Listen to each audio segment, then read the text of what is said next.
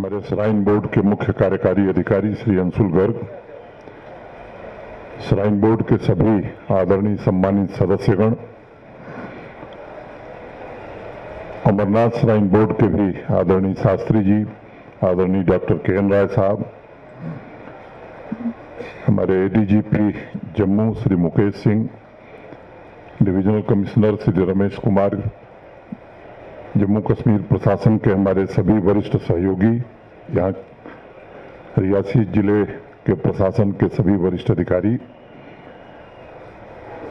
जिन लोगों के सहयोग से ये भवन आज इस स्वरूप में दिख रहा है, अब सबका नाम लेना उचित नहीं है, ऐसे सभी मां देवी के भक्त, सीपीडब्ल्यूडी के एडीजी और उनकी पूरी टीम, यहाँ पर उपस्थित देवियों, सज्जनों, श्रद्धालुजन, पत्रकार मित्रों, इस पावन अवसर पर मैं मां वैष्णो देवी के चरणों में बार बार प्रणाम करता हूं, ये कहते हुए कि या देवी सर्वभूतेषु शक्ति रूपेण संस्था, नमस्तस्यै नमस्तस्यै नमस्तस्यै नमो नमः। ये एक 18 अगस्त 2021 को दुर्गा भवन के शिलान्यास का कार्यक्रम आयोजित हुआ था। सितंबर 20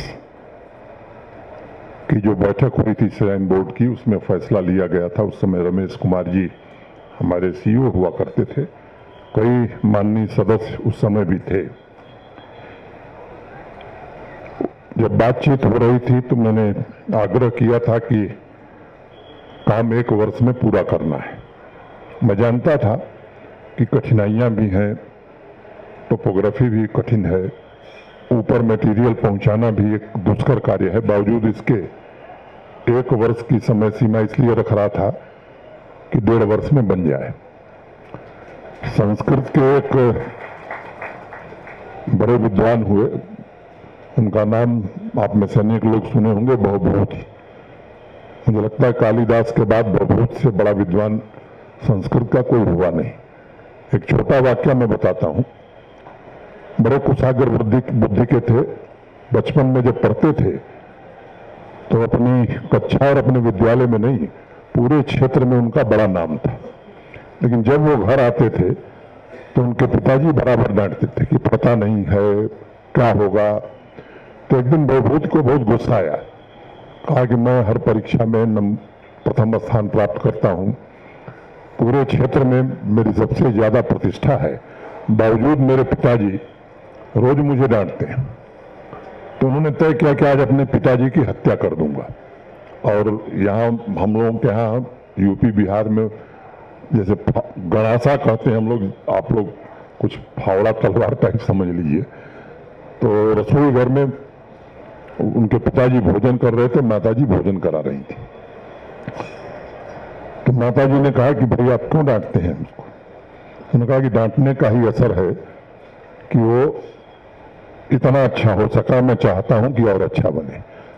तब बड़ा पश्चाताप हुआ भवभूति को, और जब पिताजी बाहर निकले तो वो पैर पर गिर करके उन्होंने माफी मांगी, कही कि मेरे अंदर एक बड़ी दुर्भावना आ गई थी, मैंने ऐसा ऐसा फैसला किया था, तो मैं चाहता हूं कि प्रायश्चित मैं करूं। तो मुझे आप बताइए कैसे प्रायश्चित होगा? तो पिताजी ने कहा कि ऐसा करो कि ससुराल में जाओ और बकरी चराओ। अब इससे बड़ा अपमान कुछ हो नहीं सकता है उस जमाने में। तो गए, बकरी चराने लगे, और वहीं पेड़ के पत्तों पर उन्होंने संस्कृत का सबसे बड़ा महाकाव्य लिखा। तो जब 1 वर्ष में कह रहा था तो मैं जानता था कि इसमें थोड़ी देर होगी, लेकिन उस पीछे का भाव यही था कि जल्दी से जल्दी पूरा हो। जो भक्त हैं देश भर से, दुनिया भर से जो श्रद्धालु आते हैं, उन्हें एक सुविधा दी जा सके। भौगोलिक परिस्थिति, कोरोना, मानसून, कई कारण रहे हैं, नवरात्रों की भीड़, दर्शनार्थियों की बढ़ती हुई संख्या, इन सबका भी योगदान रहा है समय सीमा को बढ़ाने में। लेकिन प्रतिकूल परिस्थितियों में भी पूरी श्रद्धा और तन्मयता से जिन लोगों ने भी इस कार्य में अपना योगदान दिया है, और मैं मानता हूं कि सबसे बड़ा चमत्कार तो माता वैष्णो देवी का आशीर्वाद ही है, जिसके कारण ये भवन पूरा हो सका है। माता की शक्ति, उनकी अलौकिक ऊर्जा और आशीर्वाद से ही ये काम संपन्न हुआ है। आज बड़ा शुभ दिन भी है, कृष्ण एकादशी है।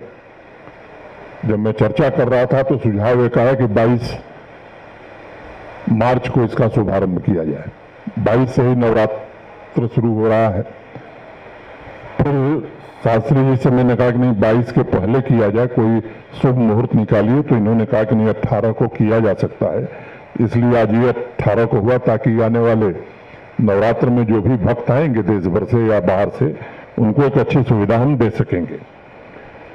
अब सभी सुविधाओं से युक्त, और मुझे लगता है कि सनातन संस्कृति के प्रतीक के रूप में इस भवन को श्रद्धालुओं के लिए हम सब समर्पित करते हैं। जैसा हमारे मुख्य कार्यकारी अधिकारी ने बताया कि 3000 श्रद्धालु यहाँ अब रुक सकेंगे। 16 सूट, 17 पेड डॉर्मेटरीज, 27 निःशुल्क डॉर्मेटरीज की व्यवस्था की गई है। रिसेप्शन, प्रसाद काउंटर तथा टेरेस पर, जैसा इन्होंने बताया, तृप्ति भोजनालय भक्तों के लिए उपलब्ध रहेगा, जो भवन की भव्यता को बढ़ाएगा। अब एक अनुरोध मेरा होगा, श्राइन बोर्ड में जितने भी हमारे सहयोगी हैं, उनकी मेहनत और उनके परिश्रम से ही यात्रा हम सफलतापूर्वक कर पा रहे हैं।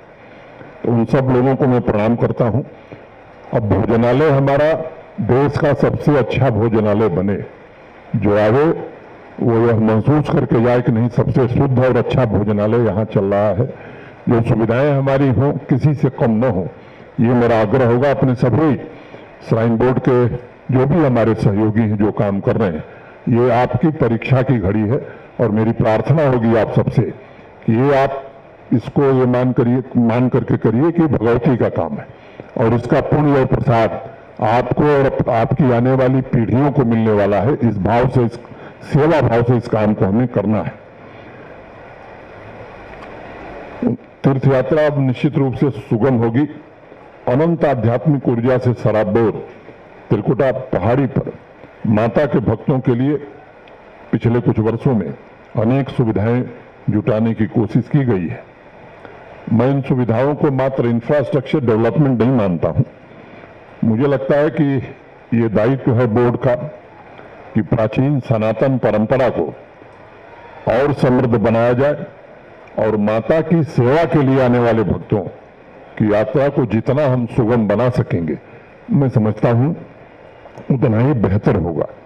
मैं जानता हूं कि देश नहीं, देश के बाहर से भी अनेक देशों से लोग आते हैं, अनेक सीनियर सिटीजन, बुजुर्ग लोग आते हैं।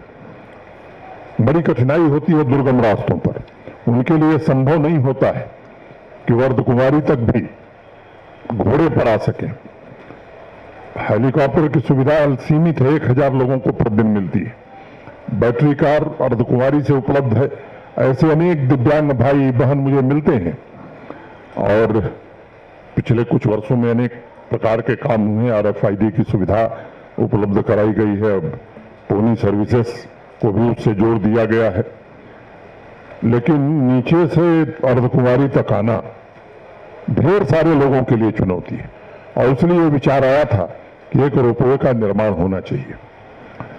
मैं उन साथियों से जो इस दर्द को नहीं समझते हैं, और खासतौर से कटरा के स्थानीय निवासियों, व्यापारियों, उनसे मैं कहना चाहता हूं कि आपके व्यापार पर, आपकी आर्थिक स्थिति पर कोई प्रभाव नहीं पड़ने वाला है, इसका यकीन मानिए।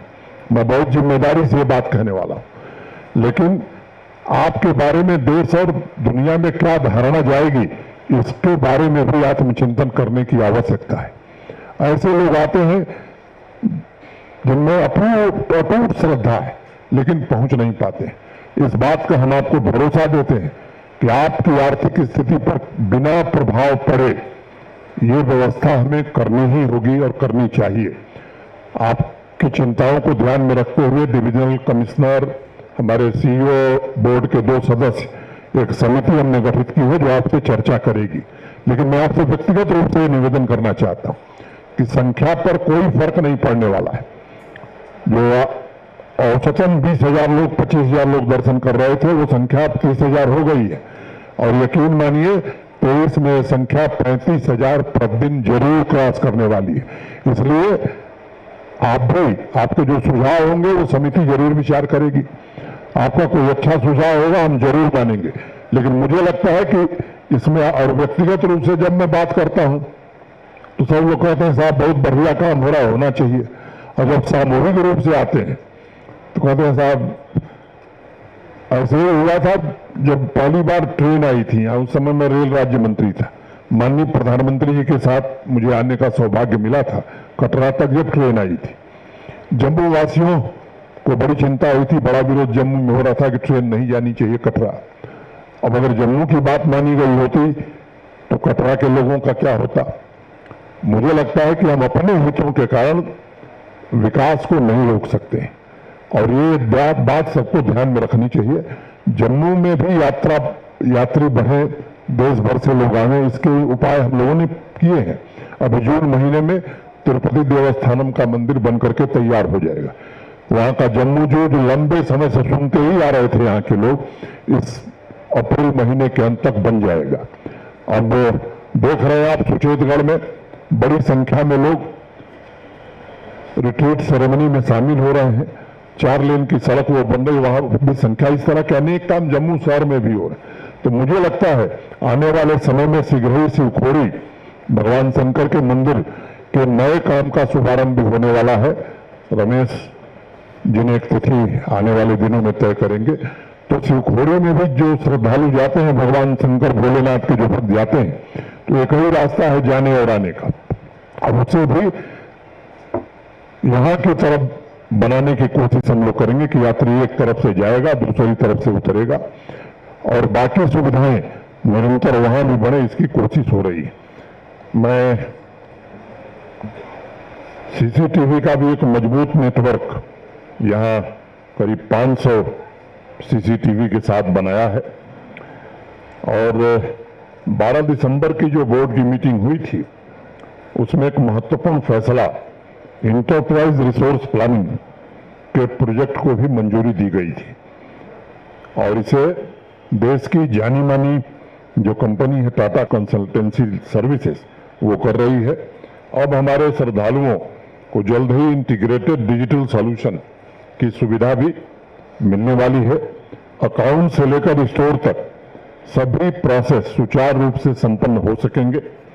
माता के दिव्य स्वरूप के दर्शन के लिए आने वाले बुजुर्ग, बीमार और दिव्यांग भक्तों की सुविधा के लिए मैं फिर से कटरा वासियों से निवेदन करना चाहता, और यहाँ बैठे हुए लोगों से कहना चाहता, और पत्रकार मित्रों से भी, कि आपका भी इसमें सहयोग चाहिए, क्योंकि ये कठिनाई सामान्य कठिनाई नहीं है। जो लोग हमारे साथ काम करते हैं उन्हें भी रहने की अच्छी सुविधा मिल सके, इसकी भी चिंता बोर्ड ने की है, और कई निर्माण कार्य 200 कर्मचारियों के रहने का यहाँ इंतजाम किया गया है। लंबे समय से जो प्रमोशनल इश्यूज थे, अस्थायीकरण का जो मुद्दा था, धीरे धीरे सबका समाधान कर दिया गया है, और अंडरग्राउंड केबलिंग का 86 करोड़ का काम ये 10 अप्रैल तक पूरा हो जाएगा।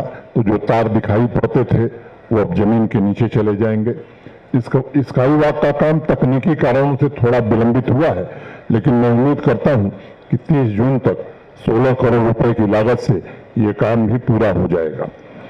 अब जो हमारे सहयोगी लोग आए उनसे मेरा एक निवेदन है, ये पानीशाला एक जगह है, ये 70,000 बना है ना, 70,000 स्क्वायर फुट, 70,000। अब वो जगह हमारे पास उपलब्ध है। मैं आप सबसे एक बार फिर निवेदन करना चाहता हूं कि जिस उत्साह से दुर्गा भवन आपने बनवाया है, यहाँ भी 20,000 स्क्वायर फुट का निर्माण कार्य आने वाले समय में हम सब शुरू करें, और इसे 24 के शारदीय चैत नवरात्र के पहले पूरा करके आप लोगों को फिर से माता के दरबार में बुलाने का निमंत्रण हमारे सीओ दे सके, ये मैं आपसे निवेदन करना चाहता हूं। मैं आध्यात्मिक चेतना के इस केंद्र को और भव्यता मिले, इसकी भी कोशिश की जा रही है। शंकराचार्य मंदिर के पुनर्निर्माण का प्रस्ताव बोर्ड ने स्वीकृत किया है। पिछले दिनों हमारे अमरनाथ श्राइन बोर्ड के सदस्य और यहाँ के तकनीकी सलाहकार आदरणीय के.एन. राय साहब और आर्किटेक्ट महोदय आए थे। भक्ति मार्ग के साथियों के लिए आस्था और संस्कृति के नए द्वार खुले, इसके लिए शंकराचार्य मंदिर का बनना बड़ा जरूरी है। पिछले 3 वर्षों में मैं कहूं कि जम्मू कश्मीर, पूरे जम्मू कश्मीर में विकास का एक महायज्ञ चल रहा है। रिकॉर्ड संख्या में तीर्थयात्री भी आ रहे हैं, रिकॉर्ड संख्या में पर्यटक भी आ रहे हैं। इस मिट्टी ने जन आकांक्षाओं को पूरा करके जम्मू कश्मीर के उज्जवल भविष्य का मार्ग प्रशस्त करने का संकल्प लिया है और नए भारत के निर्माण में जम्मू कश्मीर भी किसी से पीछे न रहे, ऐसा विश्वास यहाँ के नौजवानों में आया है। आज विकास और विरासत के सामंजस्य के साथ साथ ऐसे कार्यों को अंजाम देने की कोशिश हो रही है जिसकी कभी लोग कल्पना नहीं करते थे। तमाम दिक्कतों, कठिनाइयों, चुनौतियों के बावजूद इन कार्यों के लिए तय किए जा रहे जो मानक हैं, आने वाली पीढ़ियां अवश्य इसका लाभ उठाएंगी। स्थानीय नागरिक, व्यापारी और तीर्थयात्री सभी के जीवन में बेहतर संसाधन हमारी प्राथमिकता है। मेरा सभी नागरिकों से आग्रह है कि माता के आशीर्वाद निरंतर हम सब पर बरसते रहें। उनकी कृपा शक्ति से हम सब नैतिक मूल्यों पर चलना सीखें, जिससे सिर्फ व्यक्तिगत ही नहीं बल्कि समाज का भी उत्थान हो। मैं माता वैष्णो देवी से प्रार्थना करता हूं कि हमारे समाज में भ्रातृत्व एवं करुणा की भावना भी मजबूत हो। इतनी बात कह के आप सबके प्रति हृदय की असीम गहराइयों से कृतज्ञता व्यक्त करता हुआ मैं अपनी बात पूरी करता हूं। जय माता।